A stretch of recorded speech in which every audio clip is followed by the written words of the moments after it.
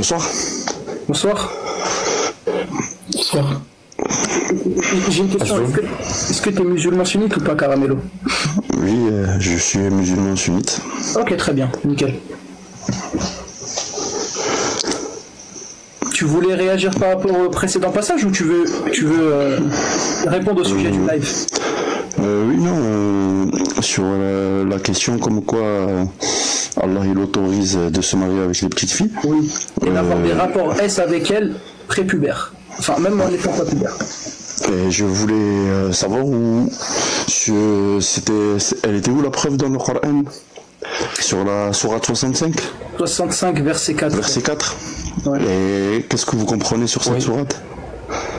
Non, on comprend rien. Nous, on lit ce que les Mufassirin disent et ce que le consensus dit. Et qu'est-ce qu'ils disent exactement? Que ce verset, Allah, par ce verset, autorise le mariage des enfants. C'est marqué comme quoi il autorise le mariage des enfants. Exact, c'est littéralement ce qui est marqué. Ouais. Et dans le Coran, qu'est-ce que tu as compris? Et sur le Coran, est-ce que c'est marqué? Je viens de te dire oui, c'est ce qui est marqué. D'après moi, quand je lis la sourate, je vois pas marqué petits enfants. Je m'en bats les toi, c'est ce que tu lis. Moi, je te parle des Mufassirs. Tu n'es pas un Mufassir de l'islam sunnite. Non, loin de là. Moi, je suis un petit, moi. Bah, ça va pas, là. J'ai pas dit Caramello, j'ai dit le Mufassirin, donc les savants de l'islam sunnite, un consensus. D'accord. Et est-ce que Allah, et du coup, Allah, il nous autorise à se marier avec les petites filles? D'après le consensus de l'islam sunnite, oui. Mais sur le Coran, c'est pas marqué dans le livre dans le Coran. Bah, d'après le consensus de l'islam sunnite. Oui, ça j'ai bien compris ça. Mais dans le Coran, moi quand je lis, moi je comprends pas ça moi. C'est-à-dire, est-ce que tu rejettes le consensus? Non. Non. Après bah, si tu le rejettes pas, bah, c'est ce qui est marqué. Après moi sincèrement sur certains hadiths, après il faut se dire, exemple sur le mariage du prophète avec Aïcha. Comment s'appelle le Bukhari? Le hadith qui explique comme quoi il s'est marié avec elle alors qu'elle avait 6 ans et qu'il a consommé à 9 ans. Moi réellement je me pose des questions sur ce hadith parce que on se pose tous des questions sur ce. Non mais quand je dis ça c'est que ça a été dit dessiné après la mort du prophète comment ça? Bah, le Coran aussi il a été écrit dessiné après la mort du prophète. D'accord, ok. De rien. Et du coup donc c'est quoi en fait c'est quoi que vous voulez nous faire comprendre? C'est une très bonne question parce que les gens parfois ne comprennent pas pourquoi on parle de ça. Ce qu'on essaie de comprendre, c'est que ce qui amène c'est deux choses. Si tu pouvais juste fumer en silence ou fermer ton micro. Excusez-moi. Hop, je me mute. Voilà. Donc ce qu'on essaie de démontrer, c'est deux choses. Premièrement, que ce qui amène les gens, en l'occurrence là on parle de musulmans, ce qui peut amener les musulmans à croire que l'islam est une religion divine et que le Coran est une parole divine, ce n'est absolument pas de bonne raison. C'est l'endoctrinement. L'endoctrinement qui consiste à utiliser la peur envers des enfants pour leur inculquer une certaine croyance. C'est toujours ça qui amène une personne adulte, par exemple comme toi, à dire que le Coran est divin. C'est pas parce qu'il dispose de bonnes raisons, c'est parce qu'il a été endoctriné depuis l'enfance. Et la deuxième chose pourquoi on parle de ce genre de mariage, c'est pour, encore une fois, en philosophie on appelle ça apporter une analyse matérialiste historique. Mais concrètement, ce que ça veut dire, on essaye de démontrer que ces paroles-là que tu retrouves dans le Coran, là on a pris l'exemple du mariage des petites filles, mais on aurait pu prendre d'autres exemples. En fait, on aurait pu prendre n'importe quel verset.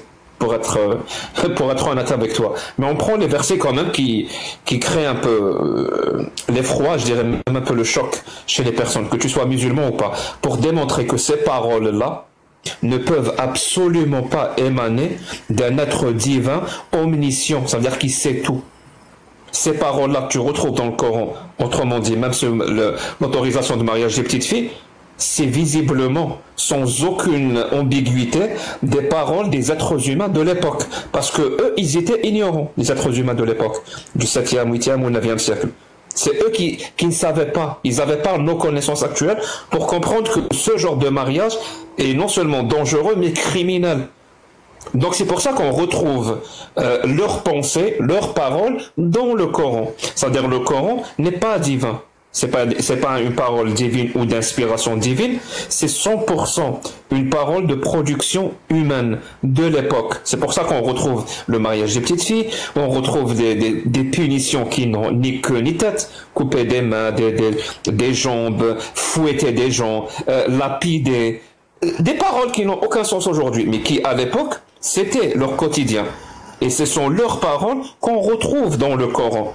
Par exemple, la condition de la femme, la question sur l'esclavage, tout ça c'est leur quotidien à eux, leur société à eux. Et c'est leurs paroles à eux qu'on retrouve dans le Coran.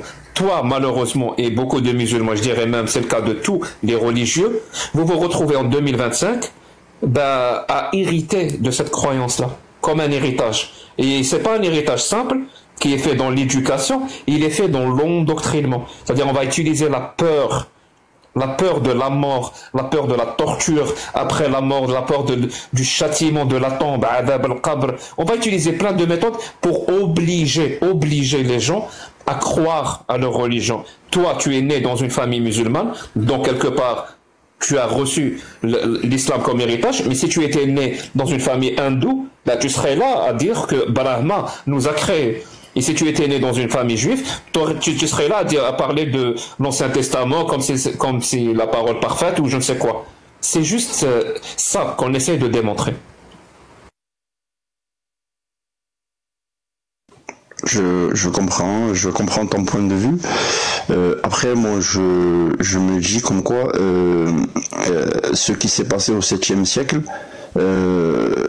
on ne peut pas reproduire certaines cultures qui se sont produites au 7e siècle en 2025. Et d'ailleurs, il y a plusieurs, je vais pas dire des savants, mais des personnes qui connaissent bien l'islam et qui les disent comme quoi on peut pas reproduire, c'est pas possible. C'est pas possible de reproduire. J'ai pas compris. Tu veux dire pas reproduire la culture? C'est-à-dire que c'était culturel à l'époque. Je sais pas, exemple. Oui, mais on est d'accord sur ce point. Mais cette culture-là, c'est elle qui a donné la parole d'Allah. C'est-à-dire cette parole qu'on retrouve dans le Coran, c'est le produit de cette culture ou c'est une parole divine? Parce que si c'est le produit de cette culture, ben on est d'accord, dans ce cas-là, elle est dépassée, elle est caduque, il faut avancer.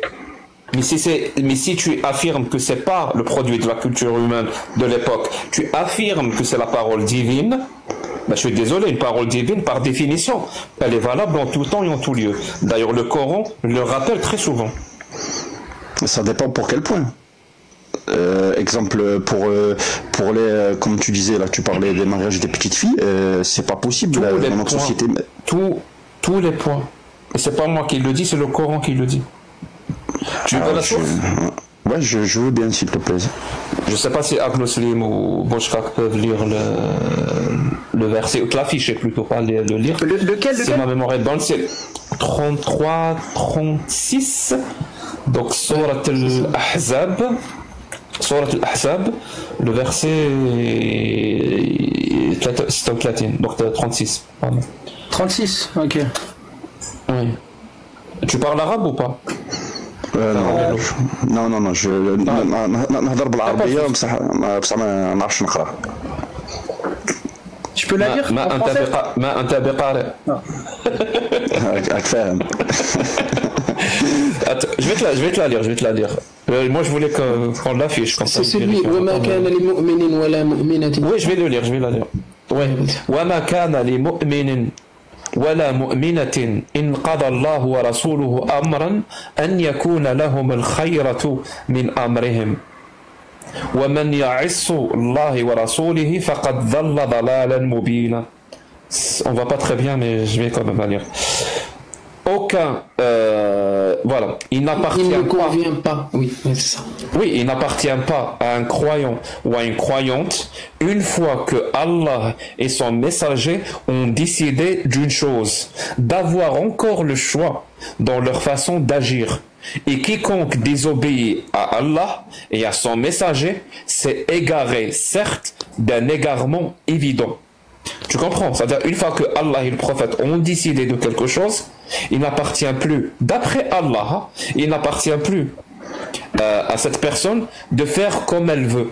Je te donne un exemple. Une fois qu'Allah a interdit, a dit que la viande de porc était haram, ben c'est haram.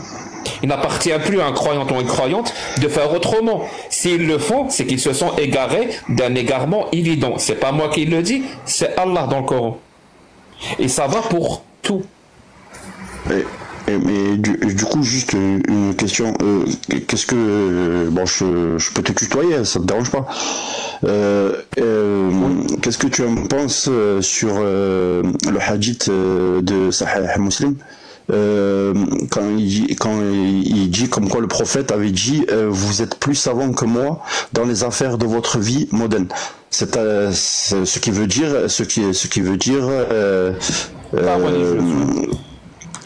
parce que il a dit ça parce qu'il a commis une connerie. Hein. Il faut donner le contexte. C'est-à-dire il est passé devant des gens qui faisaient de l'agriculture, je sais pas comment on dit ça en français. Pour la culture des dates. Il plantait des dattiers. Des dates, ouais. Il leur a donné un conseil qu'il fallait pas le faire maintenant, mais plutôt plus tard. Ils ont suivi son conseil et les dattiers sont morts. Ça a bousillé ça a bousillé leur champ. Il leur a dit moi je suis pas savant en tout. Les choses de la vie ou des choses comme ça, c'est à vous de faire.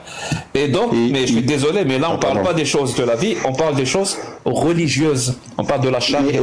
C'est pas pareil. Mais ce hadith là, ça veut pas dire plutôt qu'il montre que le prophète ne voulait pas que tout soit figé à son époque? Ça veut dire que la parole d'Allah devient pas valable aujourd'hui? Non, j'ai pas dit ça, mais je voulais juste que avec le temps, on avance. Ça veut dire que la parole d'Allah doit évoluer. Non, ça doit changer. Pas sur certaines choses. Il y a des choses, comme je disais tout à l'heure, que en 2025 on peut pas reproduire. Je suis d'accord avec toi. Que ça soit dans les pays musulmans ou que les non musulmans aussi. C'est les deux. Oui, je suis d'accord avec toi. Il y a des choses, des paroles d'Allah, si on les appliquait aujourd'hui, si un pays les appliquait aujourd'hui, on dirait de ce pays que c'est un pays barbare, qu'il est même inhumain, qu'il est sorti de la dignité humaine. Et je suis d'accord avec toi. Et c'est ça le problème. Toi, tu prends toutes ces paroles problématiques et tu dis aujourd'hui c'est pas applicable, donc vaut mieux s'en débarrasser. Moi, je suis d'accord avec toi. Vaut mieux s'en débarrasser. Mais qu'est-ce que ça implique? Ça implique que ces paroles d'Allah là, aujourd'hui, ne sont pas valables. Et si une parole devient obsolète avec le temps qui passe, je suis désolé, mais elle ne peut pas émaner d'un Dieu. C'est la définition même d'une parole humaine. Par exemple, je te donne un exemple simple. Hein. Tu connais les frères Wright ou pas? Du tout. Ceux qui ont inventé ce qu'on appelle l'aviation moderne. Les frères Wright, Orville et son frère. Ouais, c'est des grosses têtes dans l'aviation, ok. Oui, mais c'était début du siècle dernier. Ouais, ok. Donc c'était fin 1800, début 1900. Est-ce que si je te disais les frères Wright étaient débiles parce qu'ils n'ont pas pu construire un Boeing 747, ça aurait du sens ou pas? Ben non. Ben non, on est d'accord. Mais à leur époque, ils étaient à la pointe de la technologie.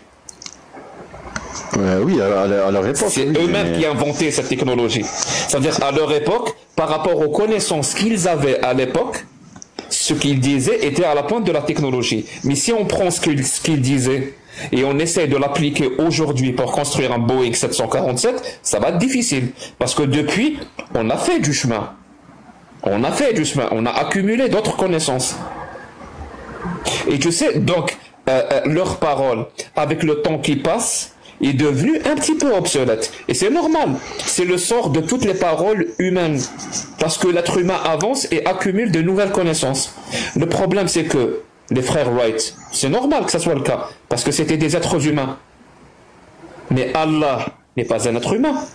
Allah est Dieu. Il sait tout. C'est-à-dire, à chaque fois qu'il prononce une parole, cette parole correspond à quelqu'un qui sait tout, qui a toutes les connaissances. On ne peut pas découvrir aujourd'hui ou acquérir aujourd'hui une connaissance qui va faire en sorte que sa parole devienne obsolète. C'est pas possible. Il a déjà toutes les connaissances. Donc si tu me dis aujourd'hui sa parole est devenue obsolète, je vais te dire oui, je suis d'accord avec toi. Et pourquoi ? Parce que c'est pas Dieu. Parce que c'est un être humain du 7e siècle. Après, c'est ta vision à toi et je la respecte. Après, moi, je vois pas les choses comme ça. Pour moi, il y a bien un créateur. Bon, moi, en tant que musulman, c'est Allah. Et non, mais, mon pote, il y a un créateur. Il y a un créateur. Est-ce qu'on peut croire à un créateur sans croire en Allah? C'est possible ou pas? Bien sûr. C'est possible. Bien sûr. On est 7 milliards, on est 7 milliards, je vais pas imposer à plus donc, de, je sais pas, on va dire 5 milliards de personnes. Pardon? Mais toi, c'est pas ce que tu fais. Toi, tu crois en un créateur et tu crois que ce créateur, c'est Allah, qui a écrit le Coran. Donc, c'est spécifié à l'intérieur. Dans ma religion, moi. Dans ma religion, moi. Après, oui, c'est ta croyance à toi. Exactement. Et cette croyance-là, tu l'as parce qu'elle est mûrement réfléchie et c'est une conviction construite sur de la connaissance ou c'est juste de l'endoctrinement?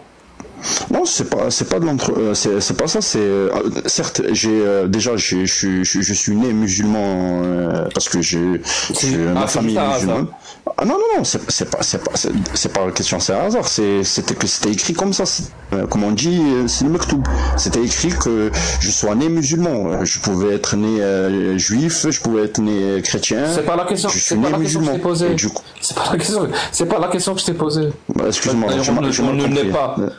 On ne naît pas musulman, on est ignorant. Tous les êtres humains, quand ils naissent, sont ignorants. Exactement. Ils ne connaissent rien. Avec le temps, ouais. Voilà, on est des pages vierges, si tu veux. C'est-à-dire, on va écrire sur cette page. Et justement, quand on est dans une famille musulmane, on va t'écrire sur ta page vierge que tu es né musulman. Sinon, non, c'est absolument pas. Moi, ma question que je t'ai posée, c'est, toi, tu es arrivé à cette conclusion que le Coran est divin par conviction, parce que tu avais de bonnes raisons, ou parce que tu t'es contenté de répéter et de dire ce qu'on t'a dit quand tu étais petit? Réellement, c'est les deux. Très bien. Alors, présente-moi la meilleure raison qui t'amène à conclure que le Coran est divin. La meilleure, la plus solide. Mais c'est pas question que c'est le Coran est divin, ma question. Oui, j'ai compris. C'est écrit sur le live. C'est ça la question du live. Réellement, je peux pas te une preuve comme ça. Donc tu ne crois pas que le Coran est divin? Ben si. Après, je dis que c'est divin. Déjà, première chose, c'est des paroles. C'est des paroles que le prophète a eues, sallallahu alayhi wa sallam, qu'il a eues de l'ange Gabriel. Et après, c'est des êtres humains. Oui, après, c'est des êtres humains on appelle ça un verbatim. Voilà, et après, c'est des êtres humains qui ont écrit avec des années. Oui, mais moi, je te parle du verbatim. Donc, je te parle du verbatim. Oui. Le verbatim est divin ou humain? Oui, il est divin. Très bien. Quelle est la raison qui t'amène à croire ça? Il y a plusieurs choses. Il faut lire tant mieux, si on a plusieurs, tu n'as que l'embarras du choix. En fait, il faut lire le Coran. Il y a des choses. En fait, il y a des choses que ils vont vous déplaire à vous en tant que si tu veux, c'est quoi la raison? C'est quoi la meilleure raison qui t'a amené à conclure que le Coran est divin? Ben en fait, que tous les autres religions avant l'islam, eh ben, ils sont rassemblés dans le Coran, et que. Ah bon? Ben, T'es sérieux? Oui, J'ai rien vu de l'hindouisme dans le Coran. J'ai rien vu du bouddhisme dans le Coran. Moi je parle des plus grandes religions. Je parle je suis désolé, mais c'est la religion de presque 2 milliards de personnes. C'est pas rien, 2 milliards de personnes. Après, si on prend le bouddhisme et l'hindouisme, c'est beaucoup. Oui, je suis d'accord avec toi. Hein. Ou alors tu veux dire que la religion judaïque est plus importante. Ce n'est que 15 millions de personnes dans le monde. Non, j'ai pas dit qu'elle était plus importante. Je respecte l'autre religion, mais sur le Coran, c'est marqué, ça parle du judaïsme, des chrétiens, et c'est même normal, c'était le même endroit. Oui, c'était le même endroit. Voilà, et déjà, ben, ça donne déjà des réponses, ça donne ça clarifie la chose déjà. J'ai rien compris. Ça, c'est une raison de croire que le Coran est divin. Non, il parle du judaïsme et du christianisme. Non, ça clarifie sur des questions que plusieurs personnes se posent.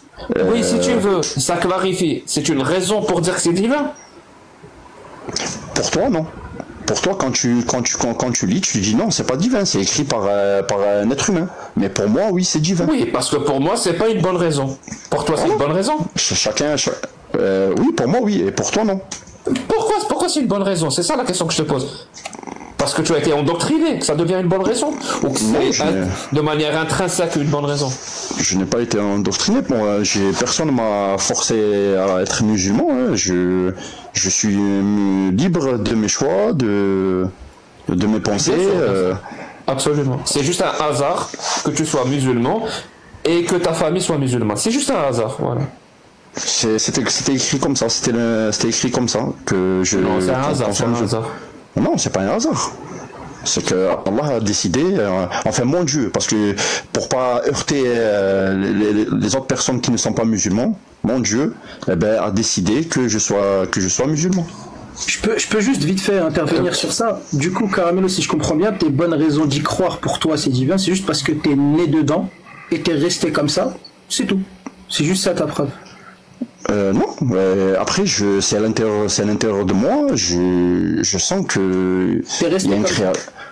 Non, je sens à l'intérieur de moi qu'il y a un créateur et que c'est pas possible qu'on soit sur cette terre comme ça là. On est né, on est éprouvé, on a plein de choses, on passe plein de choses dans la vie. On a déjà réglé cette question. On a déjà réglé cette question. On ne te pose pas la question pourquoi. On te pose pas la question pourquoi tu crois un créateur.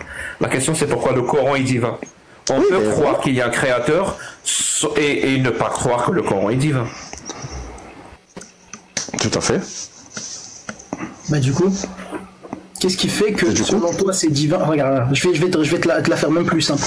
Tous les livres ont été écrits par des êtres humains. Il n'y a qu'un seul livre qui a été écrit par le créateur de tout l'univers, celui qui a créé tout ce, tu vois, le système solaire, les galaxies, les trous noirs. D'accord? Et ce seul livre parmi tous les livres au monde, c'est le Coran. C'est le seul qui a été écrit par le créateur. Mais moi, je veux bien y croire. Bah vas-y, Caramello, est-ce que tu as des réels arguments qui prouvent ça? Parce que nous, moi réellement je n'ai aucun argument à vous donner parce que vous êtes dans vous êtes décidé, vous êtes sûr de ce que vous pensez. Donc non, je suis désolé.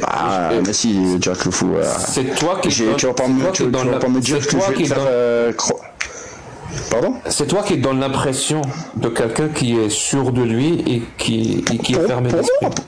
Mais pour moi, en fait, je parle que pour moi. Pourquoi tu veux que je te fasse partager ma pensée à moi que je ressens? Alors que toi tu ne crois pas. Parce que tu es monté dans le live, mon pote. Oui, si tu ne voulais pas, fallait pas monter dans le live. Mais je suis d'accord sur ça. Moi j'ai dit juste pour clarifier comme quoi, et moi c'était juste pour monter, pour dire comme quoi il y a certaines choses qui se passaient au 7e siècle qu'on peut pas reproduire maintenant. C'était juste ça en fait, c'était pour ça que j'étais monté. Tu sais quoi, on va choisir un autre chemin. Parce que je sens quand même qu'il y a une certaine exigence de la rationalité et de la logique chez toi. Je la sens. Peut-être que je me trompe, hein, mais je la sens quand même. Est-ce que tu sais ce que c'est que le rasoir d'Occam, Caramello? Le rasoir d'Occam? Oui. Non. Principe de parcimonie. Non, du tout. Alors c'est un principe très important, vraiment très important, qui a été formulé au XIIIe siècle par un prêtre, un moine pour être précis, qui s'appelle Guillaume, en Angleterre, et qui l'a écrit ainsi en latin, pluralitas non exploranta sine necessitate. Et ce principe-là, pour beaucoup, enfin pour certains, on va dire, c'est ce principe-là qui a amené l'avènement même de la Renaissance. C'est-à-dire les gens, on sort du Moyen-Âge pour un nouvel âge réminiscent. Pour que tu comprennes, hein, c'est un principe très important en rationalité et en logique. Et pour te l'expliquer, il n'y a pas mieux qu'un exemple simple. Si je te dis, Caramello, si toi et moi, on a une chambre fermée, pas de fenêtre, elle a juste une porte blindée. Ok? On rentre à l'intérieur, on dépose un chat, on dépose un aquarium, et à l'intérieur de l'aquarium, on dépose un poisson rouge. Ok? D'accord. On ressort, on ferme la porte blindée. Il n'y a pas de caméra, il n'y a rien à l'intérieur. On reste à peu près 30-40 minutes, on revient, on rentre dans la chambre, on retrouve le chat, on retrouve l'aquarium, mais le poisson rouge a disparu. Donc on a un phénomène à expliquer. La disparition du poisson rouge. On veut savoir comment ça se fait que le poisson rouge a disparu alors que la chambre est fermée. Ok? Oui. Là, il y a des personnes qui vont venir et qui vont nous donner des explications. La première personne va venir vers toi, Caramello, elle va te dire le poisson rouge a disparu parce qu'il a voyagé dans le temps. C'est une explication, on est d'accord. Elle est un peu farfelue, mais c'est une explication. Si elle est vraie, elle expliquerait la disparition du poisson. Si elle est vraie, bien sûr. D'accord. C'est une question. C'est une question. Logiquement, ça n'a pas de sens. Non, pour le moment, on ne cherche pas du sens. On cherche à savoir si c'est vrai que le poisson rouge a voyagé dans le temps. Si c'est vrai, ça expliquerait pourquoi il a disparu de l'aquarium. D'accord. C'est oui ou c'est non? Bah non, c'est non. Ça veut dire, même s'il a voyagé dans le temps, ça n'expliquerait pas qu'il a disparu. Bah, c'est pas possible, c'est pas possible. C'est pas possible qu'il... C'est pas possible. Qu'est-ce qui n'est pas possible? Eh ben, c'est pas possible que le poisson a fait ça. A voyagé dans le temps, mais on est d'accord. Oui, je t'ai dit maintenant, on n'est pas en train de savoir si c'est possible ou pas. On n'en est pas à cette étape.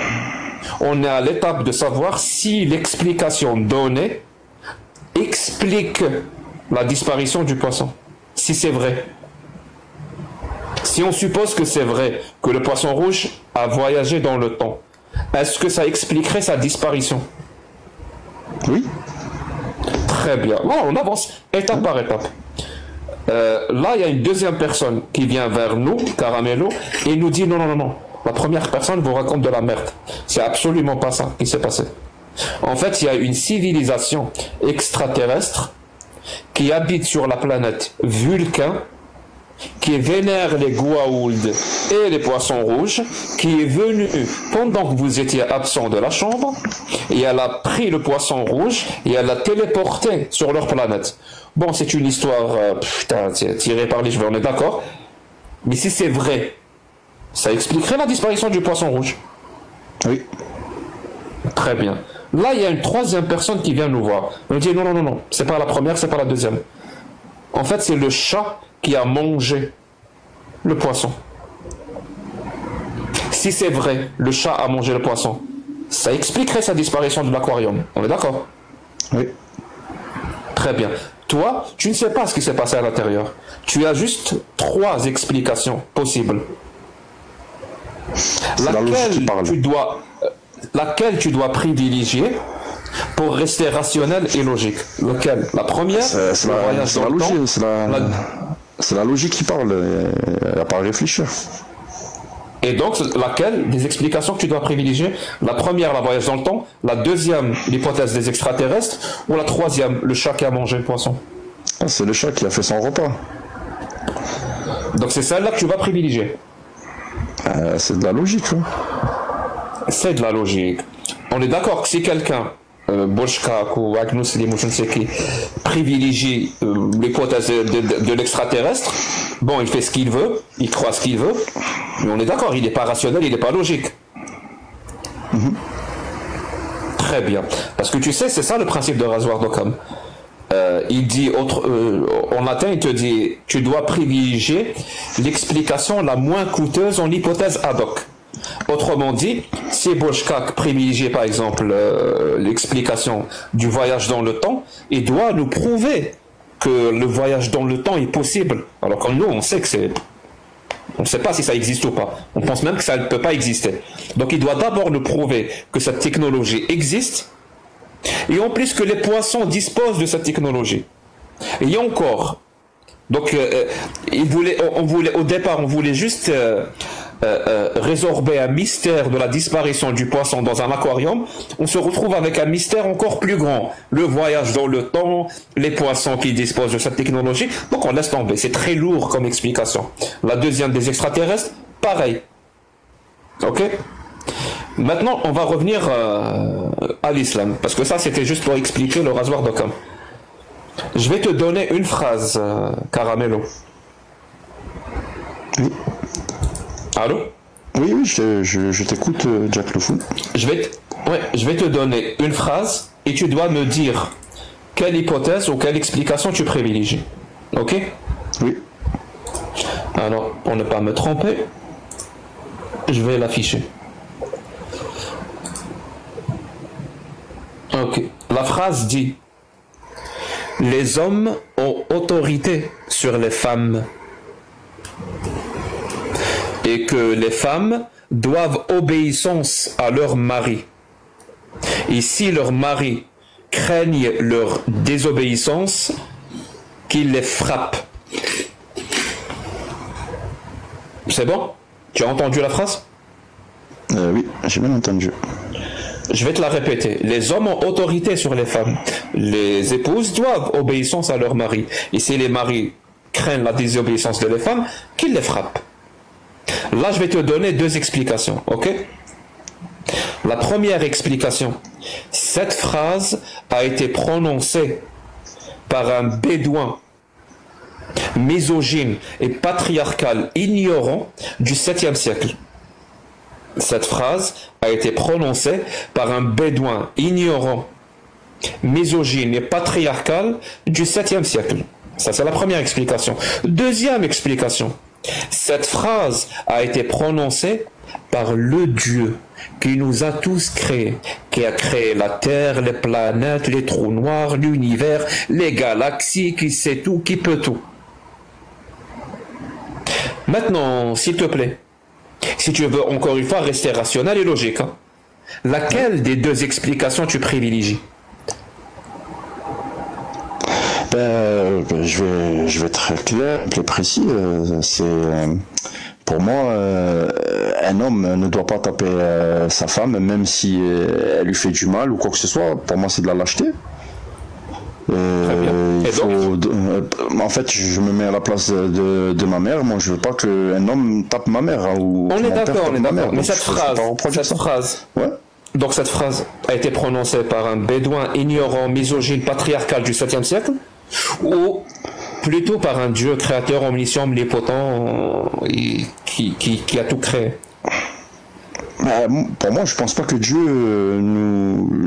a dit ça. Après, tu vas me sortir la preuve comme quoi c'est marqué, mais pour moi, ça n'a pas de sens. Il n'y a pas de souci. Mais maintenant, je te demande juste d'être rationnel et logique. Quelle est l'explication que tu privilégies? Tu privilégies l'explication du bédouin ignorant, misogyne et patriarcal, qui nous dit que l'homme a autorité sur la femme et que les épouses doivent obéissance à leur mari et que les maris, s'ils craignent la désobéissance de leurs épouses, qu'ils les frappent. tu privilégies que l'explication du bédouin ou celle de Dieu? Qui a prononcé cette phrase pour toi? À écouter comme ça, enfin, si je prends mon esprit à moi, la logique, pour moi, Dieu ne peut pas nous demander de faire des choses comme ça. Donc, qui a prononcé cette phrase-là, si on veut rester rationnel et logique? Si on reste comme tu as fait avec le poisson, pour moi, c'est un bédouin, oui. C'est un bédouin, merci beaucoup. Et moi, je vais faire la même chose. Pour moi, c'est un bédouin ignorant, misogyne, du 7e siècle qui a prononcé cette phrase-là. Si j'ai les deux possibilités. Pour moi, je privilégie plus... Voilà, si on reste dans la logique et dans la rationalité, je privilégie plus l'hypothèse ou l'explication du bédouin ignorant, misogyne du 7e siècle. Le truc, c'est qu'on a un problème, Caramello.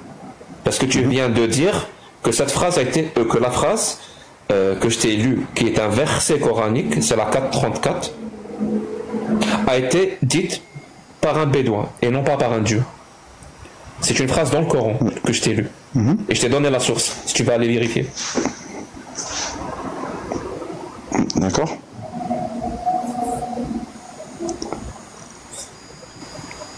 Et après, il n'y a pas. Ça parle pour maintenant, ça parle pour tout temps, cette sourate, ou c'était pour une histoire? Moi, tout ce qui m'intéresse, c'est quand on est rationnel et logique, on conclut que cette phrase a été prononcée par un bédouin misogyne et patriarcal du 7e siècle. Si on est rationnel et logique. Et cette phrase est dans le Coran. D'accord. Et en arabe, c'est exactement la même traduction qu'en français. والرجال قوامون على النساء بما فضل الله بعضهم على بعض وبما أنفقوا من أموالهم فالصالحات القانتات حافظات للغيب مما حفظ الله واللاتي تخافون نشوزهن فعظوهن واهجروهن في المضاجع واضربوهن فإن أطاعكم فلا تبغوا عليهن سبيلا إن الله كان عليا كبيرا. Si tu parles arabe, tu as compris que je viens de te dire la même chose en arabe. Et donc pour toi, c'est identique et pour toi, là, c'est identique qu'en français, quoi. Je vais te dire en français. Les hommes ont autorité. Je vais vraiment en français, là. Il se trouve que les deux langues sont... Je sais pas comment te dire ça. Je maîtrise les deux langues, que ce soit le français je vois ça, je vois ça. Oui, c'est identique. Oui. La partie la plus problématique, je te le cache pas, c'est quand même frapper-les. Toutes les parties sont problématiques, mais la plus problématique, c'est quand même frapper-les. Et oui, en arabe, c'est écrit Wadribuhunna. Wadribuhunna veut dire frapper-les. Mais maintenant qu'on a conclu que cette phrase a été prononcée par un bédouin, logiquement et rationnellement, bien sûr. Donc dire le contraire, c'est être irrationnel et illogique. Comme tout à l'heure pour Boschrak, qui tenait la position du voyage dans le temps, il était irrationnel et illogique. Même s'il a la liberté de croire ce qu'il veut. Mais il était quand même irrationnel et illogique. Oui. Donc dire que le Coran est une parole divine, c'est être irrationnel et illogique. Non, pour moi non. Donc c'est la position qui consiste à dire que le Coran est divin, qui est une parole rationnelle et logique. Non, mais en fait, parce que c'est compliqué à t'expliquer, mais il y a certaines choses qui nous dépassent et qu'on croit comprendre, et on mélange tout, en fait. Bien sûr. Et moi, je pense qu'on mélange tout. On parle pas du contexte. J'ai juste oublié un détail. Je suis vraiment bête. Je suis bête. J'ai juste oublié un détail. Tu n'es pas bête. Tu es très intelligent. Parce que tu as une meute derrière toi qui te suit. Parce que tout à l'heure, je t'ai pas donné une information et j'aurais dû te la donner. Tu te rappelles quand je t'ai dit le chat, le poisson rouge et l'aquarium et tout, je t'ai dit qu'il y a une personne qui est venue, il nous a parlé du voyage dans le temps. Je t'ai dit qu'il y avait une deuxième personne qui est venue, il nous a parlé des extraterrestres de la planète Vulcain. Tu te rappelles? Oui. J'ai oublié de te préciser que cette personne-là qui nous a parlé de la planète Vulcain, des extraterrestres, en fait cette personne-là, elle est née dans une famille qui croient aux extraterrestres de la planète Vulcain. Et même, ça veut dire ses parents ont la même croyance, ses grands-parents ont la même croyance, ses grands-grands-parents ont la même croyance. En fait, pratiquement, là où elle est née, tout le monde croit à l'existence des extraterrestres de la planète Vulcain qui viennent sur Terre pour enlever des poissons rouges. Comme ma vie, quoi. Et j'ai oublié de te donner ce détail. Donc, à ton avis, parce que maintenant que tu as connaissance de ce détail, tu penses qu'elle nous affirme que les extraterrestres sont venus enlever le poisson rouge parce que c'est vrai, parce qu'elle a de bonnes raisons, ou elle se contente juste de nous répéter bêtement la croyance qu'on lui a endoctrinée? Tu en penses quoi, toi? Je pense qu'elle se contente de répéter la croyance qu'on lui a endoctrinée. Ok. C'est ton point de vue. C'est pas le tien? Tu penses qu'elle a de bonnes raisons de croire que les extraterrestres de la planète Vulcain viennent sur Terre enlever des poissons? Tu penses qu'elle a de bonnes raisons de croire ça? Non, sur cette histoire, non. Non, donc si elle nous affirme que des extraterrestres viennent de la planète Vulcain, ben c'est juste parce qu'elle est née dans une famille qui croit ça. Non. Oui, on est d'accord. Donc toi qui nous affirme que le Coran est divin, c'est juste parce que tu es né dans une famille qui dit que le Coran est divin. T'as aucune bonne raison de le dire. La preuve, quand on pense de manière rationnelle et logique, et qu'on prend un verset, parce que là je peux te prendre d'autres versets, et verset par verset, tu vas conclure toi-même que ces paroles-là sont des paroles humaines des bédouins ignorants du 7e siècle, verset par verset.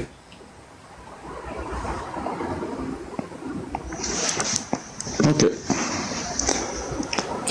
Tu sais, moi, je suis un militant, les gens ne le savent pas, mais je milite aussi auprès des scientifiques.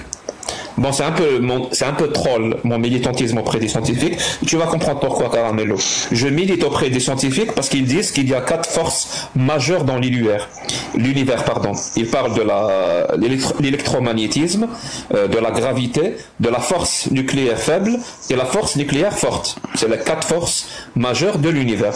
Moi, je milite auprès des scientifiques pour qu'ils rajoutent l'endoctrinement comme 5e force dans l'univers. Tu sais, parce que l'endoctrinement, il te bloque le cerveau, il te laisse pas, il t'empêche de raisonner. C'est incroyable à quel point, quand je me suis confronté à l'endoctrinement Caramello, ça empêche des gens très intelligents, très rationnels, bien éduqués, adultes. Parfois, ils ont réussi dans leur vie professionnelle, mais ils sont incapables. Dès que ça touche à la chose sur laquelle ils ont été endoctrinés, paf, incapables de réfléchir. Mais maintenant que tu as vu la lumière, Jack, maintenant que tu as vu la lumière et que tu es épanoui dans ta vie, maintenant que tu as vu la vérité, que tu es épanoui, il y a quoi qui a changé dans ta vie? Moi, il n'y a rien qui a changé dans ma vie. J'ai jamais été musulman. C'est ça ta question. Mais tu n'as jamais été musulman. D'accord, non, j'ai jamais été. T'es né au bled ou pas? Oui, je suis algérien. Ok. Je suis algérien.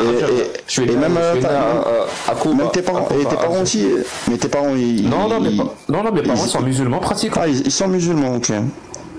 Ouais, en fait, c'est pas que t'étais pas musulman, c'est juste que tu n'avais jamais pratiqué l'islam, quoi. Non, c'est que moi aussi j'ai subi cet endoctrinement et je sais pas pourquoi, peut-être l'école, peut-être des rencontres, peut-être des livres, mais j'ai pas vraiment. L'endoctrinement n'a pas marché sur moi. J'ai eu cette chance, c'est tout. Ok. Mais si tu veux parler des apostats, tu as Borchkak, lui est un apostat de l'islam, et Agnoslim aussi, c'est un apostat de l'islam. Ouais, je suis désolé. Ouais, il n'y a pas de souci. C'est pour les deux potos qui sont à côté de toi. Il y a quoi qui a changé dans votre vie depuis que vous avez quitté l'islam? Moi, attends, juste un truc.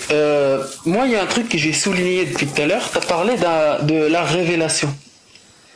En fait, vu que tu as parlé de la révélation, tu as des détails sur la révélation ou pas? Non, j'ai pas de détails, mais moi, en fait, ce qui me plaît réellement, enfin, ce que j'aimerais savoir là, c'est vu que vous avez été plus intelligent que entre guillemets que des milliards de musulmans, Il y a Je t'ai dit que c'était pas une question d'intelligence. Vraiment, je t'ai expliqué. Si, on parle de logique. On parle de logique. Oui, et je t'ai dit que l'endoctrinement, ça empêche la réflexion rationnelle et logique. Quand ça touche au sujet. Je crois que t'as pas compris ce que ça veut dire. Je peux lui expliquer ça, Gnoslim, et après tu reviens sur ce point. Parce que je pense qu'il a pas bien compris ça. Tu sais, quand on est enfant, on sait rien. Quand on est bébé, on sait rien. On est une éponge. On est une éponge, ouais. On est une éponge et on dépend à 100% de nos parents. Je pense que c'est pas à toi que je vais apprendre. On dépend vraiment à 100% de nos parents. C'est-à-dire, on leur fait confiance à 100%. En fait, on est programmé pour leur faire confiance. C'est-à-dire, dans la nature, par un processus évolutif, qu'on peut expliquer par la théorie de l'évolution, on est programmé pour faire confiance à nos parents et aux personnes qui ont une certaine autorité, par exemple au maître à l'école et tout, parce qu'on est des enfants, on ne sait pas. Je te donne un exemple simple. Par exemple, quand tu cours dans la rue, ton père te dit ne traverse pas la route en courant. Il n'a pas à t'expliquer, tu le fais. Il te dit ne mets pas ta main sur le feu, ne mets pas tes doigts dans la prise. Et toi tu le fais. Et plus tu acceptes directement ce que ton père te dit, plus tu favorises ta survie. C'est-à-dire que tu suis les conseils de ton père. Et la religion, elle va s'immiscer ici. Parce que toutes les religions, pas que l'islam, c'est-à-dire tu es programmé pour écouter ton père et accepter ce que ton père te dit ou ta mère, ils te disent ne traverse pas la route, ne cours pas, ne mets pas ta main sur le feu, ne mets pas tes doigts sur la prise. Dieu existe, c'est Allah. Le prophète et son messager, tu dois l'aimer plus que ton père et ta mère. Si tu ne suis pas l'islam, tu vas finir en enfer, tu vas torturer, blabla. Et toi, tu es programmé pour faire ça. Tu comprends? Et en plus de ça, il y a un mécanisme qui s'appelle la peur. Il y a un son, hein. Je crois que c'est chez toi, Gnoslim, si je me trompe pas.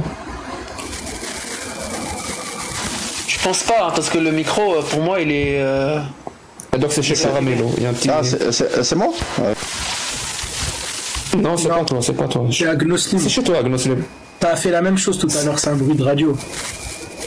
Essaye de muter le mic. Là c'est bon? Là c'est bon ou pas? Mais mute les deux. Non, il y a toujours. Là c'est bon. Donc c'est chez toi. Donc c'est ça le truc. En plus, il t'endoctrine avec la peur. Et la peur est un mécanisme, Caramello. Et c'est prouvé scientifiquement que la peur paralyse le cerveau. Et quand je te dis paralyse, c'est une image. Mais concrètement, ce que ça fait, c'est quand on a peur, il y a une zone dans le cerveau qui s'appelle l'amygdale, qui s'active. Et quand l'amygdale s'active, ça va rendre la personne très difficile pour elle de raisonner de manière rationnelle et logique et très difficile pour elle d'apprendre de nouvelles informations. C'est prouvé scientifiquement. Je dirais même que c'est un héritage de l'évolution aussi. C'est-à-dire, je te donne un exemple, ça a favorisé la survie de nos ancêtres, ou je sais pas comment dire, quand ils vivaient dans la savane. Quand ils voyaient par exemple un buisson bouger, ils devaient être paralysés de peur et partir courir. Même s'il y avait de fortes chances que ça soit que le vent, mais si c'est pas le vent, ils seraient morts. C'est-à-dire que s'il reste là à analyser, est-ce que c'est le vent, est-ce que c'est un animal féroce, est-ce qu'il y a je sais pas moi, un tigre, ou s'il reste à réfléchir et que finalement c'est un tigre, ils sont morts. Donc c'est pour ça quand on a peur, l'amygdale s'active et ça rend très difficile le raisonnement rationnel et logique et l'apprentissage de nouvelles informations. D'ailleurs c'est pour ça qu'aujourd'hui, d'ailleurs, c'était pas le cas avant, mais aujourd'hui, quand on a découvert toutes ces informations et qu'elles ont été confirmées plusieurs fois scientifiquement, aujourd'hui, pratiquement dans tous les pays, c'est interdit que le maître à l'école frappe les élèves. Ou c'est même interdit qu'il leur crie dessus. Parce que s'il les frappe et qu'il leur crie dessus, ils vont avoir peur. Et s'ils ont peur, ils sont à l'école pour apprendre. Alors qu'on sait aujourd'hui que quelqu'un qui a peur ne va pas apprendre. Ou ça va être très difficile. Et le problème, c'est que la religion, elle joue sur ça. N'importe quelle religion, et spécialement l'islam, elle joue sur ça. On t'inculque l'islam avec la peur. Et quand je dis on t'inculque l'islam avec la peur, ça veut dire qu'à chaque fois, même quand tu es adulte, à chaque fois que tu vas penser à l'islam, tu vas avoir peur. Vraiment, automatiquement. Et je peux même te le prouver. Je peux même là maintenant, je vais juste répéter quelques mots. Tu vas avoir peur. Si je te dis Allah, Azraïl, Azab al-Qabr, Jahannam. Tu vois, c'est des mots qui sont en relation avec l'islam. Dès que tu les entends, surtout quelqu'un qui a été endoctriné là-dedans, il va avoir peur. Moi, quand je les entends, ça me fait rire. Hein. Je vais être honnête avec toi. Mais quelqu'un qui a grandi là-dedans et qui a été endoctriné là-dedans, ben, il va avoir peur. Et c'est cette peur-là. Ça me fait peur. Mais après pour pas. Et c'est cette peur-là qui te paralyse, mon pote. Excuse-moi, vas-y, je te laisse finir. Après, donc c'est pas une question d'intelligence. C'est pas une question d'intelligence. Tu m'as compris maintenant. C'est vraiment pas une question d'intelligence. J'ai bien compris, mais après, pour pas avoir peur de tout ça, il faut juste être réglo dans la vie, quoi. Il faut être réglo, faire les choses bien, c'est tout simplement. Et logiquement, tu n'as pas à avoir peur. C'est-à-dire, pour ne pas avoir peur du croque-mitaine, il faut juste être réglo dans la vie. Faut pas se dire que le croque-mitaine n'existe pas. Il y a deux façons de comprendre la chose, quoi. Il y a deux façons de comprendre. Tout simplement, pour moi, voilà, c'est pour dissuader, c'est pour pas que ça soit la jungle dans ce bas monde. Que Allah nous a révélé. Pour ne pas que ça soit la jungle. Oui. Pour ne pas que ça soit la jungle, mon pote, si par la jungle, tu veux dire l'anarchie la plus totale et le chaos, j'espère que c'est ça que tu veux dire par la jungle, c'est appliquer la parole d'Allah qui va créer cette jungle. Pourtant, tu vas dans les pays musulmans, il y a pas la jungle. Je suis algérien. Moi, je suis algérien. J'ai mon frère, il vit au Maroc. Il y a pas la jungle. C'est le respect des voisins. Il y a le bon comportement. Après, certes, tu veux dire que l'Algérie, c'est un pays où il fait bon vivre. Après, certes, il y a du bon, il y a du positif et du négatif, comme dans tous les pays, que ce soit musulman ou pas musulman. Très bien. Alors, je répète ma question, parce que je ne sais pas pourquoi tu parles de l'Algérie et du Maroc. Tu as dit la parole d'Allah. Je suis algérien. Oui, tu as dit la parole d'Allah pour ne pas être dans la jungle. Et ça veut dire que ça va pas être le chaos et l'anarchie. On va faire pour dissuader, ouais. Il n'y a pas de souci. Alors, écoute bien ce que je vais te dire. On va toujours rester sur la 434. Qu'est-ce qui correspond à la jungle selon toi? Un mari qui a le droit de frapper son épouse ou un mari qui a l'interdiction de frapper son épouse? Qui a l'interdiction de frapper son épouse. C'est ça la jungle selon toi? Non, c'est pas ça la jungle. Très bien, alors je répète ma question, peut-être que tu l'as pas comprise. Oui, j'ai bien compris. Qu'est-ce qui est pour toi une société qui correspond à la jungle, c'est-à-dire le chaos et l'anarchie? Est-ce que c'est une société qui autorise l'époux à frapper son épouse ou c'est une société qui l'interdit? Une société qui l'interdit. Il m'écoute pas, je sais pas, c'est pas possible. La jungle. Donc oui, la jungle, le contraire, excuse-moi, j'avais mal compris. Je sais, concentre-toi. Donc la jungle, ça serait d'autoriser que le mari frappe son épouse. Oui. Donc, appliquer la parole d'Allah dans ce contexte-là reviendrait à aller dans le sens de la jungle. Parce que Allah, on vient de le lire, autorise l'époux à frapper son épouse. Tu vois, moi je te fais des affirmations, je les prouve. Tu vois, je comprends ce genre d'affirmations que tu me fais depuis tout à l'heure. Tu me les fais, non pas parce que tu as de bonnes raisons de les faire. Non, c'est parce que comment te dire ça? Tu es en train d'amalgamer le bien qui est chez toi, peut-être même chez tes parents, avec Allah et le prophète. Mais c'est pas le cas. Moi, je te le dis direct. Hein. Je suis sûr et certain que toi, tu as des principes et des valeurs qui sont 1000 fois, 1 milliard de fois mieux que les principes et les valeurs du prophète et d'Allah.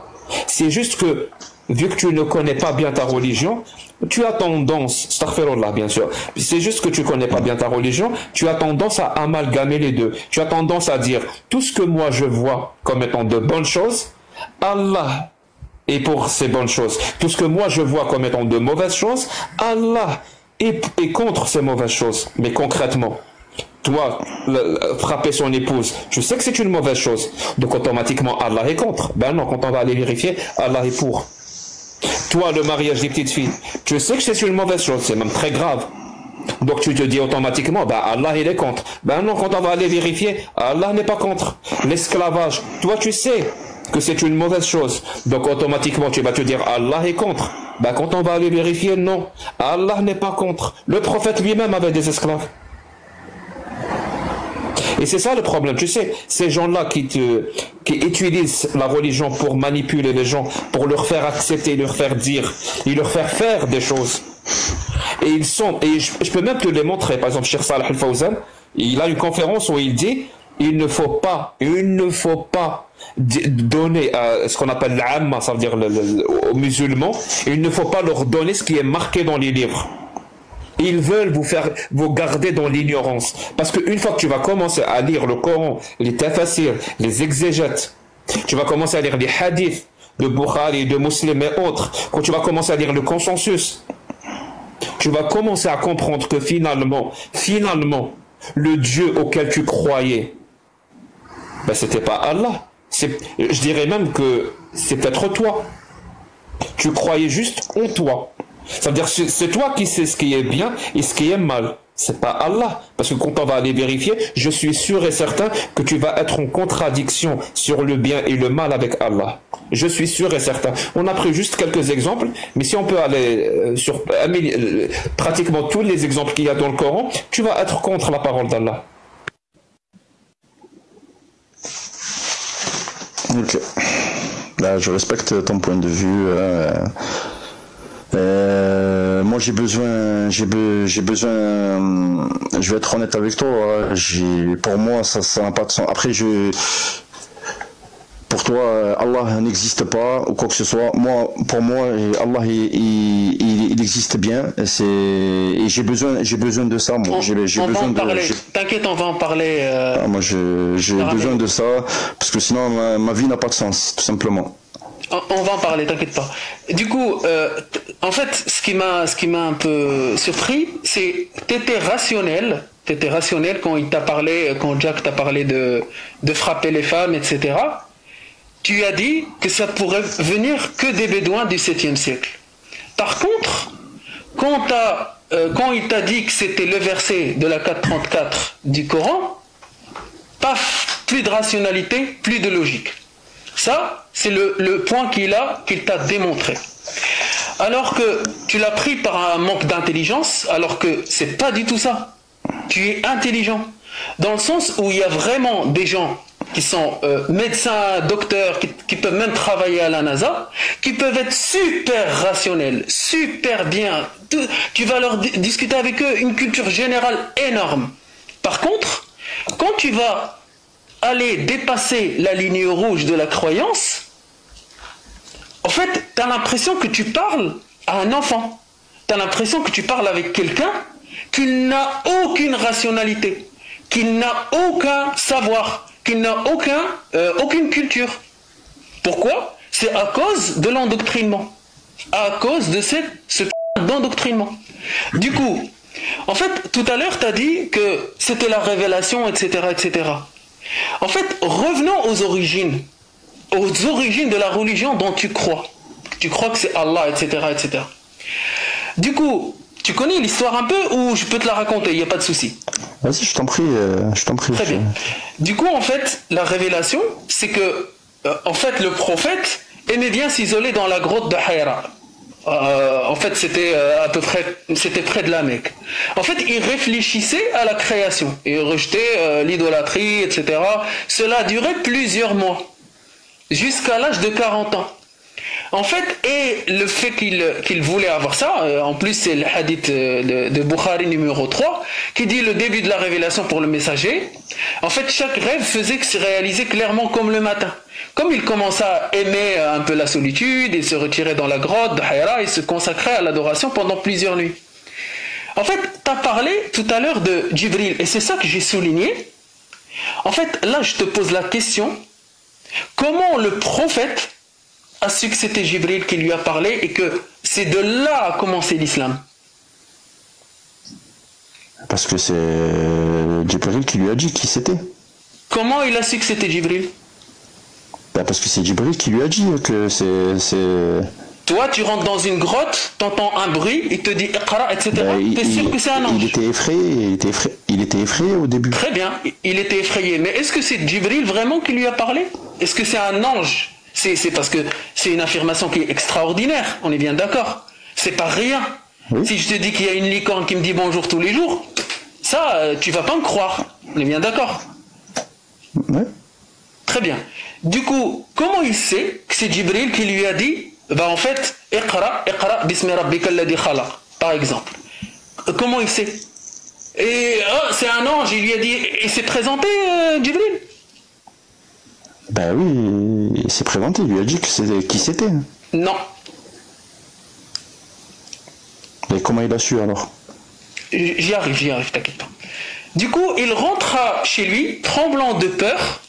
Il dit quoi? Il dit à Khadija, Zammilouni, Zammilouni. Dans le sens, couvrez-moi, couvrez-moi. Et il raconte à Khadija ce qu'il a vu. Elle le rassure, elle lui dit, jamais Allah ne t'humiliera, car tu entretiens les liens familiaux, tu aides les pauvres, etc. etc. Et du coup, l'étape la plus importante de la religion, de la religion musulmane, c'est le fait que Khadija l'emmène à voir son cousin, Waraqa ibn Nawfal. C'est un chrétien monothéiste. Cette étape-là est très importante. C'est quelqu'un qui s'y connaît. C'était un savant, c'était un érudit, il avait beaucoup de connaissances sur les évangiles, etc. Et du coup, qu'est-ce qu'il a dit Waraqa? En fait, le prophète, il lui raconte ce qui est arrivé. Waraqa, il lui dit, c'est le Namous. C'est le Namous qu'Allah a envoyé à Moïse. Il rajoute, plus à Dieu que je sois jeune, quand ton peuple te chassera. Le prophète étonné, il lui dit, ils vont me chasser? Et du coup, Waraqa répond, oui, jamais un homme n'est venu avec ce que tu apportes sans être combattu. Si je vis jusque-là, je te soutiendrai de toutes mes forces. Qu'est-ce que tu retiens sur tout ce que je viens de dire? Ça, c'est les sources sunnites, pures. J'ai rien rajouté et j'ai rien enlevé. C'est quand tu dis source sunnite, c'est-à-dire? Ah, c'est l'histoire du prophète, l'histoire de la révélation. Authentique. Oui. Authentique, ça veut dire. Sahih. Allahu a'lam, mon frère. Voilà, il y a certaines choses qui me dépassent et je n'ai pas réponse à tout. Mais tu es bien d'accord avec moi que l'islam tout entier repose sur une affirmation de Waraqa. Non, moi je n'avais pas compris ça. Moi. Si vous voulez les numéros, j'en ai. Il y a le Sahih Bukhari numéro 3, il y a le Sahih Muslim 1627 et le Sahih Bukhari numéro 6982, le livre 91, donc le livre des rêves, et le Sahih Muslim numéro 223. Chapitre, pas livre. Ouais. Ah oui, attends. Là, il y a écrit le livre 91, bon, je pensais. Mais ouais, en tout cas, voilà. Du coup, le Bukhari, c'est des bab. Et ouais. Bab, ça veut dire chapitre. Putain, du coup, Caramello, en fait, le pire, c'est pas ça. C'est que l'islam repose sur une affirmation de quelqu'un qui n'était même pas musulman et qui ne l'est pas devenu. Parce que Waraqa ibn Nawfal est mort pas musulman. Ouais. Pas musulman. J'ai pas dit kafir, mais pas musulman. Ouais, enfin, pas musulman, ouais. Qu'est-ce que tu reposes une croyance sur une affirmation de quelqu'un? Entre nous, hein. Quand il est mort, il n'y a pas eu de révélation pendant 2 ans. Hein. C'est ça. Et le prophète, il voulait se jeter du haut d'une montagne parce qu'il ne voyait plus Djibril.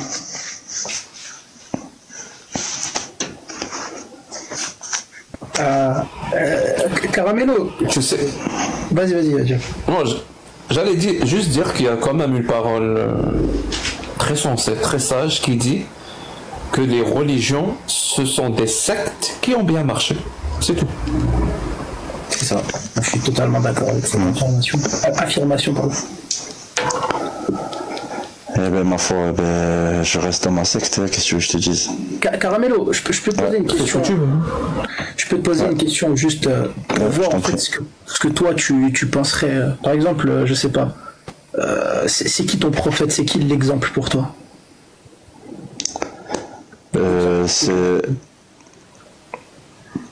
C'est-à-dire pour toute l'humanité.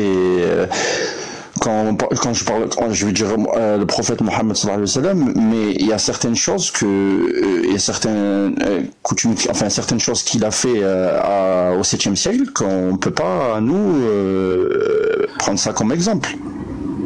Il y a certaines choses qu'on ne peut pas faire. Je sais pas, exemple sur l'histoire avec ça veut dire Allah. Non, ça veut dire Allah. Non, sur l'histoire. Mais non, j'ai pas dit ça. J'ai juste. Il y a un verset, c'est le 33-21. Tu voulais parler de ça, Bouchrak, ou pas? Non, c'était pas ça dont je faisais référence. Ouais, alors je te laisse finir. Ok, non, pas de souci, c'était juste pour savoir. Donc pour toi, tu pourrais pas appliquer ce que lui a fait. Enfin, moi, ce que je veux savoir, c'est est-ce qu'il resterait toujours exemplaire pour toi si tu savais certaines choses? Ça veut dire que... Et pour toi, est-ce que c'est sûr que c'est un exemple pour toute l'humanité ou, comme tu dis... c'est pour nous les musulmans, c'est l'élu, c'est lui qui nous a révélé les paroles d'Allah. Donc pour nous, c'est la personne la plus importante. Ok, d'accord, pas de souci. Et du coup, si je peux te parler d'un empereur perse. Ouais, vas-y, je t'en prie. Ouais. Il y a un empereur perse qui vivait à la même période que le prophète, il s'appelle Goldoq Nestrat. Ok. C'était un empereur perse qui vivait à la même époque que le prophète, mais lui, il ne connaissait pas le prophète, il connaissait rien. Et moi, ce que je veux... Oui, voilà. Et moi, ce que je veux... ce que je vais t'expliquer, c'est son histoire. Un jour, il a décidé de mener une bataille contre une tribu de juifs, je crois, je sais plus comment ils s'appellent, les Kouraïda, ou je ne sais plus, bref, en tout cas, c'était une tribu de juifs. Il les a attaqués. Il les a combattus et il les a vaincus, tu vois, Goldoq Nestrat. Et une fois qu'il les a vaincus, une fois qu'il a pragmatisé tous les hommes, ça veut dire qu'il leur a fait quick, hein, voilà. Et il a décidé de passer aux enfants. Il a dit, il a ordonné à ce que l'on enlève la vie des enfants qui ont des poils pubiens. Ça veut dire qu'il a rassemblé plein d'enfants. Il a regardé s'ils avaient des poils pubiens. Ceux qui en avaient, ils se faisaient pragmatiser. Ceux qui en avaient pas, ils étaient épargnés. Pragmatiser, si tu veux, c'est pour pas dire le mot T-I-E-R. Voilà. J'ai bien compris. Donc voilà. Et donc ça, c'est Goldoq Nestrat qui a demandé ça. Est-ce que pour toi, cet homme, on peut le considérer comme étant une bonne personne, après avoir demandé ça? Non. Parce qu'il y a des choses négatives que nous, on peut pas faire. Oui, mais Goldoq Nestrat, du coup, cet empereur, c'est un tyran ou c'est une bonne personne? Vu comment tu m'expliques, c'est une personne qui était dure. Hein. C'est historique, hein, c'est dans l'histoire, justement, c'est ce qu'il a fait. Donc voilà, ok. Donc pour toi, c'est pas une personne généreuse, c'est pas une personne exceptionnelle, on est d'accord, c'est pas quelqu'un, on va dire, que l'on peut suivre. Ouais. C'est très bien. Si je te disais maintenant que ce Goldoq Nestrat n'existait pas, et qu'en fait je te parlais du prophète Mohammed sallallahu alayhi wa sallam, justement avec la tribu des Bani Quraïda. Si tu veux, tu peux aller vérifier dans le Sahih Sunan Nasa'i 34-29, où il t'explique que le prophète, après avoir vaincu justement la tribu des Bani Quraïda, il a demandé à ce que l'on pragmatise des enfants. Et c'est quoi le critère? C'est ils ont des poils pubiens, tu les pragmatises. Et les poils pubiens, ils poussent déjà à l'âge de 10-11 ans, tu vois. Donc c'était une raison suffisante pour pragmatiser.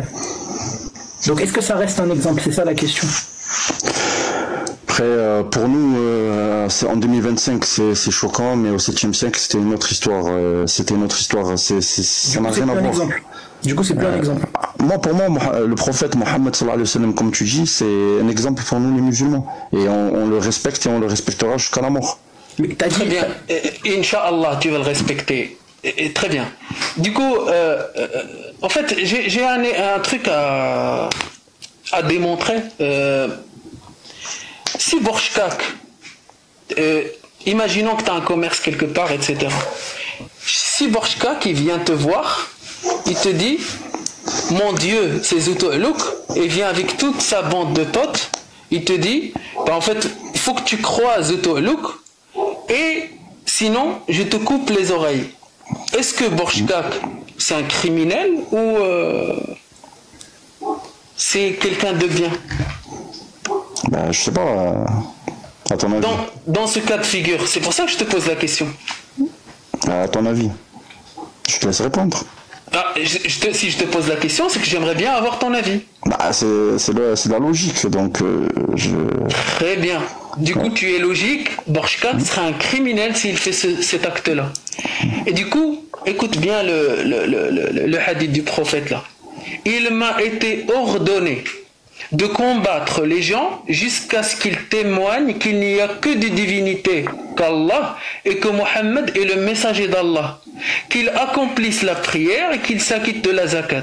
S'ils font cela, alors leur vie et leurs biens seront préservés de ma part, sauf dans les cas prévus par l'islam, et leur compte revient à Allah. Est-ce que Mohammed dans ce cas-là c'est un criminel? Est-ce que tu vas être aussi rationnel ou logique? Pour moi, c'est la logique, c'est ce qu'il dit, c'est censé et c'est normal. D'accord, Borchkak sera un criminel s'il te dit je te coupe les oreilles, alors qu'il y en a un qui... Fais un effort. Il y a des musulmans qui t'écoutent. Il y a des musulmans qui t'écoutent. Je vais être honnête avec vous. En fait, vous mélangez tout, en fait. Vous mélangez le 2025 avec le 7e siècle. Et vous racontez des histoires qui sont. Oui, mais le problème c'est que pour des personnes qui écoutent, eh ben, ils se disent mais c'est des malades, c'est des malades. Mais alors que Caramello, tu es algérien comme moi. Ouais, ouais. Très bien. Les hommes en Algérie peuvent épouser 4 femmes. L'héritage. Ben non, en France, c'est une seule femme. Mais bien sûr que c'est. Si t'as de l'argent, tu peux même en avoir 10. Non, c'est illégal, c'est interdit par la loi. Qu'est-ce que tu racontes? En France? Oui, c'est. J'espère que c'est pas polygame et que tu es en France. Une, ça me suffit. Sinon, je vais devenir. Ben oui, on est d'accord. Une, c'est déjà trop. On est d'accord. Mais je te dis, en Algérie, les hommes peuvent épouser 4 femmes. Dans l'héritage, la femme hérite la moitié de son frère.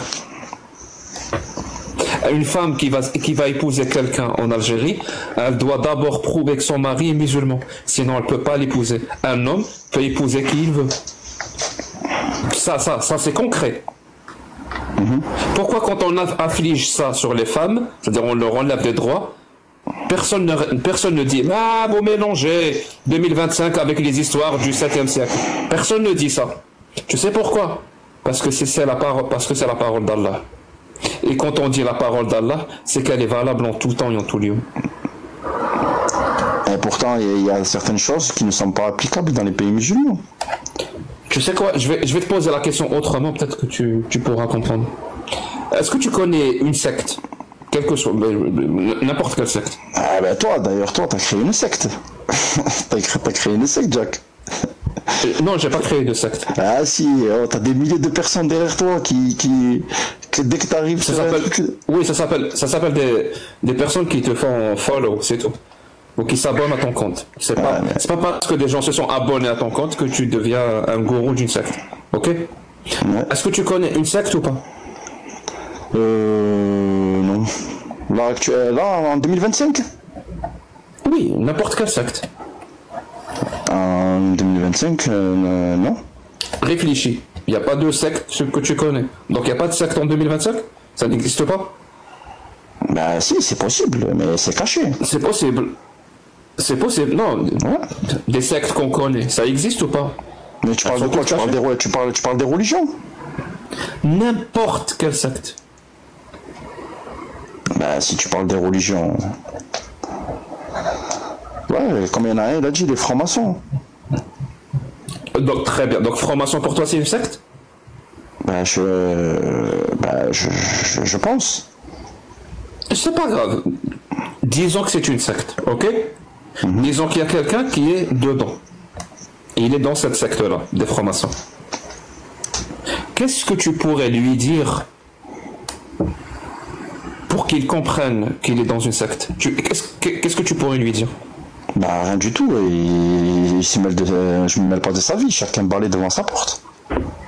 Il n'y a pas de souci, mais qu'est-ce que tu pourrais lui dire à ton avis? Si tu réfléchis sur la question, c'est-à-dire que tu as devant toi un adepte d'une secte, qu'est-ce que je pourrais lui dire pour qu'il se rende compte? Supposons que, je sais pas moi, c'est ton frère, c'est quelqu'un qui est proche de toi, que tu aimes beaucoup. Qu'est-ce que tu pourrais lui dire pour qu'il se rende compte qu'il est dans une secte? Réfléchis et dis-moi ce que tu pourrais lui dire. Comme phrase, ou comme question, ou je ne sais pas quoi.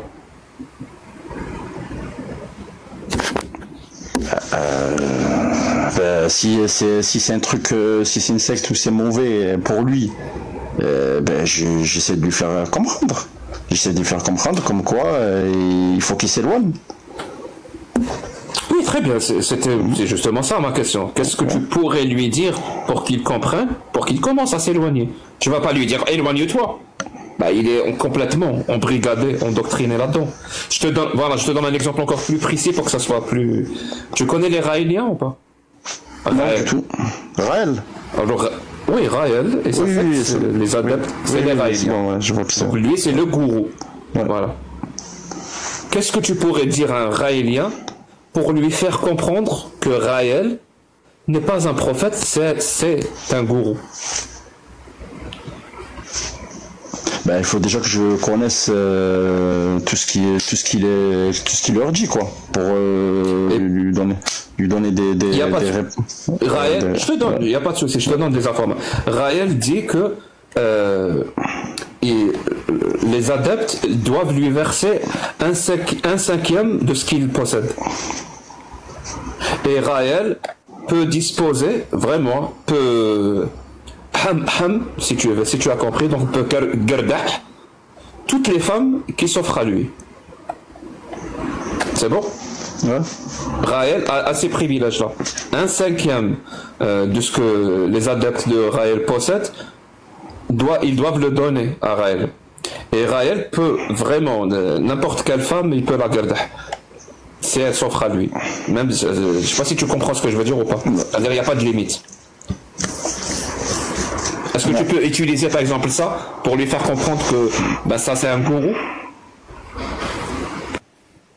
Ouais, j'essaie de lui faire comprendre, ouais. J'essaie de lui faire comprendre, mais après je vois pas d'où tu veux en venir, quoi. T'essaies de comparer ça au prophète, à l'islam. Est-ce que tu vas utiliser ces informations-là pour ton frère par exemple qui est raélien, pour lui faire comprendre que Raël est un gourou? Ah oui, j'essaie de lui faire comprendre s'il veut bien m'écouter.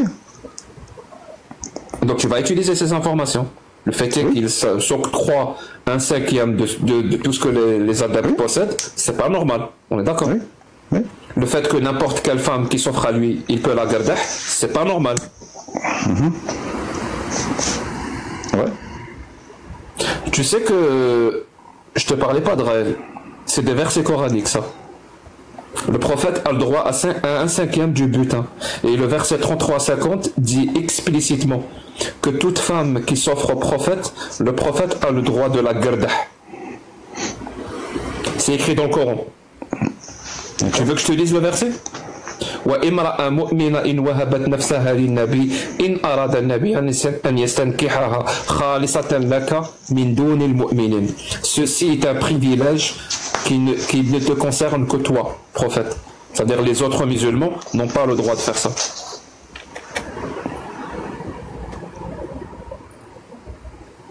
Ouais. Oui, c'est chaud, hein? Après, il s'est marié avec combien? Il s'est marié avec 9 femmes, c'est ça, le prophète? Et c'était ça, il s'est marié, si on veut aller voir les sources sunnites, beaucoup plus que 9. On dit 9 en même temps. D'ailleurs, on dit entre 9 et 11 en même temps. Et il n'y a pas que ça. Il a eu, d'après les sources les plus fiables de l'islam sunnite, au moins 4 esclaves S. Tu sais ce que ça veut dire esclave S? J'ai pas envie de dire le mot. Oui. La plus connue entre eux, il a même eu un enfant avec elle. Et elle était toujours son esclave. Il ne s'est jamais marié avec elle. Il est mort et elle était encore son esclave. Elle était encore esclave. Maria Capteia. Marie la Copte. Ouais. Ça ressemble quand même à un gourou, hein. Je sais pas, Bolshkak ou Agnoslim, mais comme on dit ici au Canada, ça ressemble à du Canada Dry et que ça goûte le Canada Dry. C'est peut-être parce que c'est du Canada Dry, mon pote. C'était un gourou. Et le truc, le pire, c'est que la définition dans une secte ou dans une mafia, c'est en fait, tu peux l'intégrer facilement. Comme tu as eu avec tes parents, par endoctrinement, par héritage, tu peux l'appeler comme tu veux.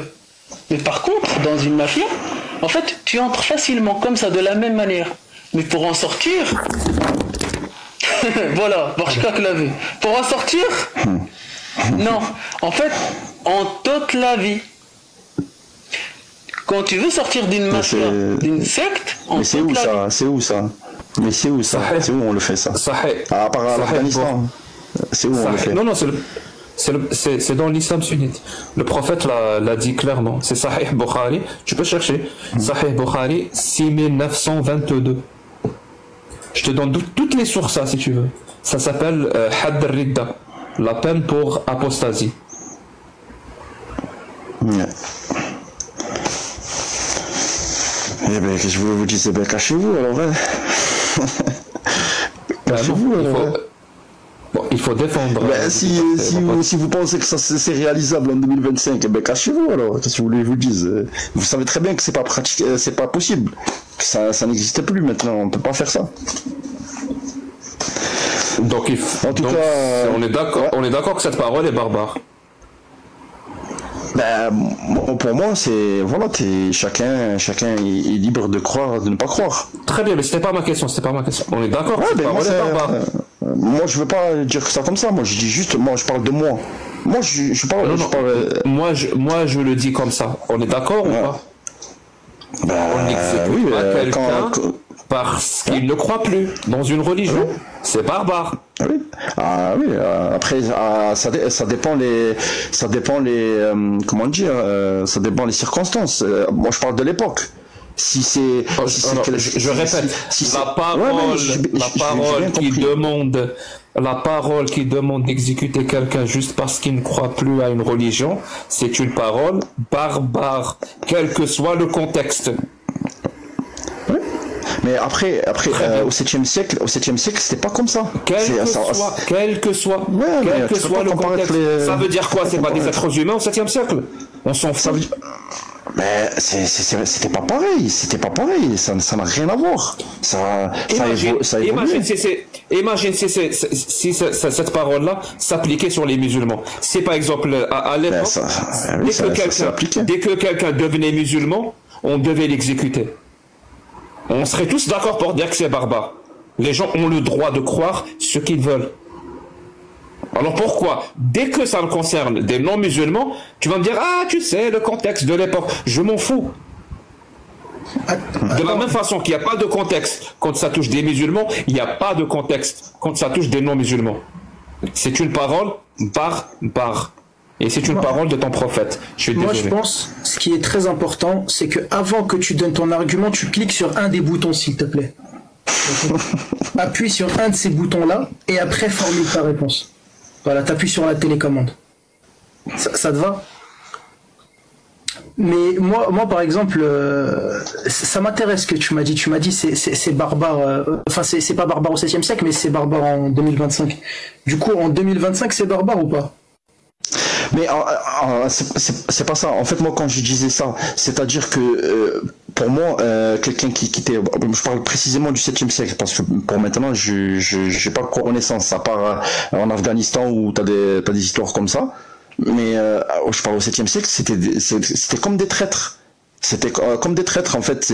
Ils étaient avec un camp, ensuite ils passaient avec l'autre camp et donnaient des informations pendant qu'il y avait des guerres entre les deux.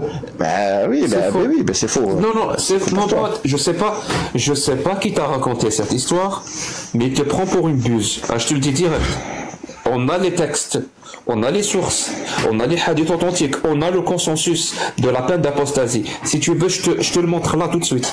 Je te montre le consensus dans le Mourni. et je te lis exactement ce qui est écrit. Ton histoire elle n'existe pas. C'est spécifié, c'est vraiment spécifié. Celui qui quitte l'islam, qu'il soit combattant ou non combattant. Et c'est spécifié là, c'est écrit وَقَدْ دَلَّتْ السُّنَّةُ الصَّحِيحَةُ عَلَى وَجَبِ قَتْلِ الْمُرْتَدِ. C'est-à-dire la tradition islamique ou prophétique, si on veut, authentique, démontre l'obligation de pragmatiser l'apostat, qu'il soit combattant ou non combattant. Encore une fois, on t'a raconté des histoires. Hein. Je ne sais pas qui t'a dit ça, sur quelle chaîne YouTube ou je ne sais où tu as entendu cette histoire-là. C'est faux. On essaie juste d'atténuer l'horreur et la barbarie qu'il y a dans le texte de l'islam sunnite.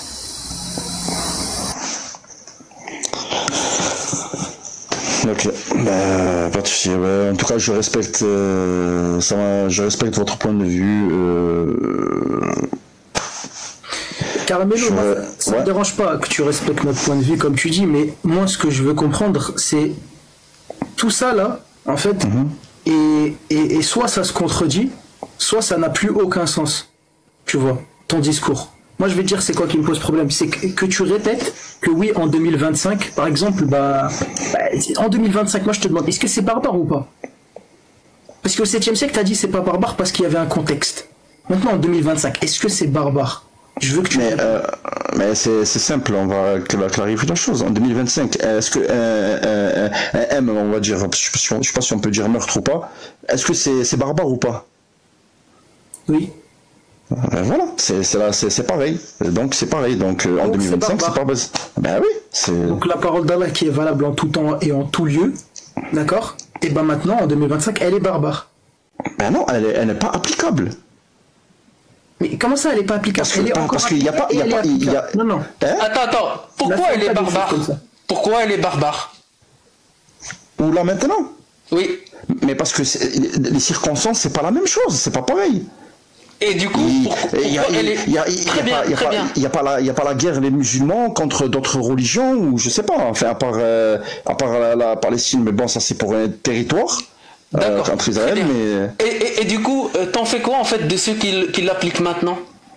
C'est-à-dire, c'est des mécréants pour toi? C'est-à-dire qui appliquent... Ceux qui appliquent le mariage des petites filles, ceux qui ont encore l'esclavage, ceux qui frappent encore leurs femmes au nom d'Allah.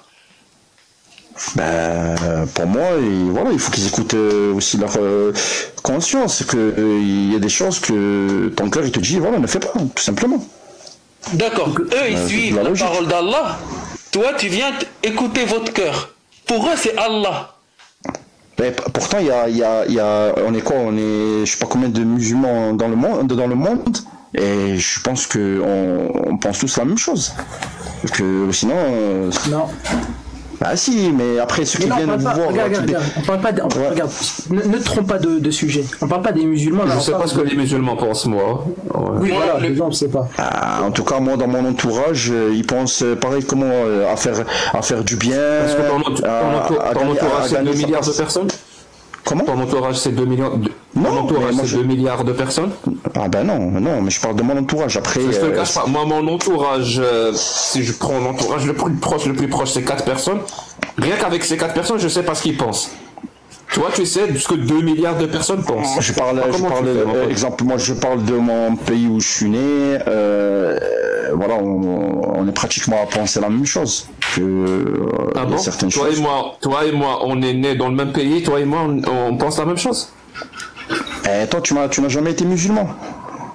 Donc, tu n'es pas à penser. Elle ne te concerne pas cette question. On est nés dans le même pays. Oui. Et on ne pense pas la même chose. Donc ta phrase ne veut rien dire. C'est pas grave. Tu sais, on va parler d'un truc logique pur. Parce que je pense que tu n'as pas encore compris ce que les phrases impliquent comme conséquence. Si je te dis qu'il y a un médecin en l'an 1000, qui prétend que sa médecine est valable en tout temps et en tout lieu. Un médecin en l'an 1000 prétend que sa médecine est valable en tout temps et en tout lieu. C'est bon, tu me suis, Caramello? Je te suis, Jack. Très bien. Et ce médecin-là pratique la saignée. Tu sais ce que c'est que la saignée ou pas? C'est quoi comme opération ça? C'est une opération? C'est quoi la saignée? La saignée, c'est découper et laisser le sang couler. Voilà, tout simplement. Ok, une hémorragie, on va dire. Voilà, si on veut. C'est une pratique qui a réellement existé. Hein. Tu m'entends ou pas? J'ai dit c'est une pratique qui a réellement existé. Ouais. Oui. Aujourd'hui, on sait qu'elle est non seulement pas viable, mais en plus très dangereuse. Je pense que c'est pas la peine que je t'explique pourquoi elle est dangereuse. C'est pas parce que quelqu'un a mal à la tête que tu vas provoquer une hémorragie, ou qu'il a mal au ventre, tu vas provoquer une hémorragie, ou qu'il, je sais pas, il se sent pas bien, il a des angoisses, tu vas provoquer une hémorragie. Et c'est ce qu'il faisait à l'époque. Hein. Je te promets que c'est ce qu'il faisait. Donc on est d'accord.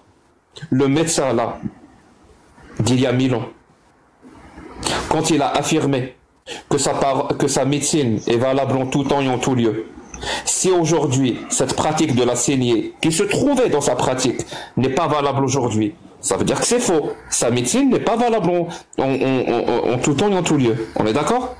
Ouais. Ça veut dire si il ne faut pas suivre sa médecine à lui aujourd'hui, ça veut dire sa médecine à lui n'est pas valable en tout temps et en tout lieu. Logiquement, oui. Logiquement, oui. On revient à la parole d'Allah. La parole d'Allah. Tu compares tout à Allah. C'est pas. Stop. Voilà, c'est trop, Jack. Tu arrêtes tout de suite. Vas-y. Tu arrêtes tout de suite ta tentative. Je sais que c'est difficile ce que je dis. Je sais que c'est très difficile ce que je dis. Donc la parole d'Allah, il prétend qu'elle est valable en tout temps et en tout lieu.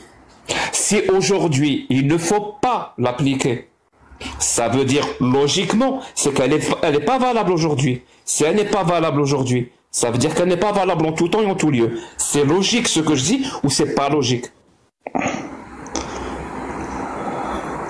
Oui, t'écouter comme ça, oui, c'est logique, ouais. Donc on est d'accord. Donc la parole d'Allah n'est pas valable en tout temps et en tout lieu. Bah, pour nous les musulmans aussi. Non, mon pote, je m'en bats les couilles des musulmans. Je te pense. Mais en fait, c'est relié. En fait, c'est ça que je comprends pas. C'est relié. Reste sur la logique, comme tout. Tu sais, imagine maintenant. En plus, ça existe. Hein, t'as même pas besoin d'imaginer quelque chose qui n'existe pas. Imagine qu'aujourd'hui, il y a quelqu'un qui vient te dire, non. Le médecin d'il y a 1000 ans, sa médecine est valable en tout temps et en tout lieu.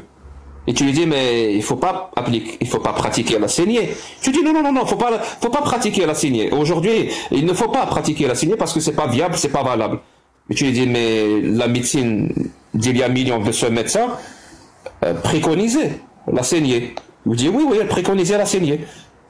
Et il disait aussi que sa pratique médicale était valable en tout temps et en tout lieu. Je dis oui. Donc elle doit être valable aujourd'hui. Oui. Donc on doit pratiquer la saignée? Non, faut pas pratiquer la saignée. Elle n'est pas valable. Tu penses pas qu'il y a un truc qui ne va pas? Que le mec raconte n'importe quoi? Et t'as pas l'impression de dire exactement la même chose sur la parole d'Allah? Vraiment, tu nous dis la parole d'Allah est valable en tout temps et en tout lieu. Ok, d'accord. Donc elle est valable aujourd'hui. Oui, elle est valable aujourd'hui. Donc cette parole-là qui préconise ça et ça, la violence ou je ne sais pas quoi. Donc elle est valable aujourd'hui. Non, elle n'est pas valable. Ah, donc si cette parole-là n'est pas valable, donc la parole d'Allah n'est pas valable en tout temps et en tout lieu. Si elle est valable en tout temps et en tout lieu. Mon pote, on fait comment? On doit faire comme toi. On pas logique. Moi je peux pas. Moi je pas la logique, Jack. Moi je te dis juste comme je te dis, je te parle. Moi je promets que c'est tu l'as. Moi je t'écoute. Tu l'as prise sans son consentement. Regarde, je t'écoute, je te parle sincèrement. Je t'écoute, je te parle sincèrement avec le cœur. Moi c'est ça. Pour moi l'islam, hein, et je pense qu'il y a des millions et des millions de personnes qui pensent pareil que moi, c'est d'avoir le bon comportement, de faire les 5 piliers comme c'est respecté. Comme on doit faire et avoir le bon comportement dans ce bas monde. La vie est courte et moi c'est tout ce que je retiens sur l'islam et ça me suffit largement pour être épanoui dans ma vie en fait.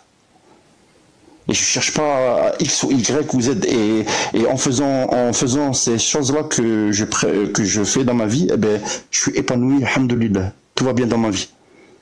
Ok. Et après tout le reste, pour moi, c'est au 7e siècle. Cinquième force de l'univers. Je vous le dis, cinquième force de l'univers. Attends, j'en ai une. Après voilà. Avant de partir. Bon, je vais pas, parce que il y a des gens qui veulent prendre ma place, je pense, ils sont en train de dire ouais, laisse ta place. Vas-y, ok. Ouais, ouais, mais vas-y, je t'écoute. Si t'as une dernière question, vas-y, je t'en prie, mon frère. Je sais pas, disons que j'en ai, on va dire une en particulier. Mais je pense qu'il n'y a pas d'intérêt. Je pense que c'est mieux que je la garde pour la prochaine personne. Moi, je lui conseille quand même de t'écouter, Boshka, parce que tu es venu faire un témoignage sur ma chaîne. Tu peux aller Caramello sur YouTube. Tu m'entends? Oui, je t'écoute. Parce que d'ailleurs je l'ai même nommé cette vidéo, je sais pas si tu as vu le titre. Je l'ai appelé la vidéo la plus intéressante de mon YouTube. Merci beaucoup, ça fait plaisir. Le titre, c'est la vidéo la plus intéressante de mon YouTube. C'est ça le titre. Donc si tu tapes Jack Le Fou, tu vas la trouver. C'est l'avant-dernière vidéo que j'ai publiée. Le titre, c'est le plus intéressant, c'est ça? C'est la vidéo la plus intéressante de mon YouTube. Okay. Ouais. Une vidéo pour retrouver la force. Ouais. Je te conseille de l'écouter. Voilà, ça te fera, j'espère, réfléchir et pousser dans tes retranchements pour essayer de comprendre, voilà, ce que c'est qu'un processus d'apostasie, et comment les gens, quand ils quittent l'islam, comment ils se sentent après. Je pense que ça pourrait éclairer ta lanterne sur cette question. Sinon, moi, comme dernier mot, je vais te dire, bébé, ouais. ما كاش الله ما كاش جهنم ما كاش جنة هذوك اخرتي اوكي خويا في راسك انت اديها الرسمي من عندي رسمي من عندي حتى انا لا ميم شوز je traduis pour que ça soit pas que les gens ne disent pas qu'il a insulté. Il y a pas d'Allah, il y a pas de paradis, il y a pas d'enfer. Voilà, c'est officiel. Alors, moi je dis Allah yahdik et après pour moi tu me dis le contraire, voilà, y a pas de souci. En tout cas, ça m'a fait plaisir, enfin ça a été un plaisir de discuter avec vous. Papa Noël yahdik aussi, يعني. Papa Noël, Papa Noël, vas-y, pas de souci. Bah tu me souhaites la hidayah d'un être imaginaire, je te souhaite aussi la hidayah d'un autre être imaginaire. Voilà. Que le Père Noël te guide aussi. J'accepte de ta part. Et ben, sur ce, je vous souhaite une bonne soirée, bonne journée pour toi. Je sais pas si tu es en France ou pas. Et bon courage pour votre combat contre l'islam. Merci beaucoup. Enfin, c'est pas vraiment bonne journée, bonne soirée. Contre les gens, mais juste il faut préciser, pas contre les musulmans, mais contre l'idéologie. Ouais, ben contre l'islam, j'ai bien précisé, contre l'islam. Et Allah est avec nous. Ouais, ben, force à vous en tout cas. Merci beaucoup. Allez. Bonne soirée à toi. Bonne soirée.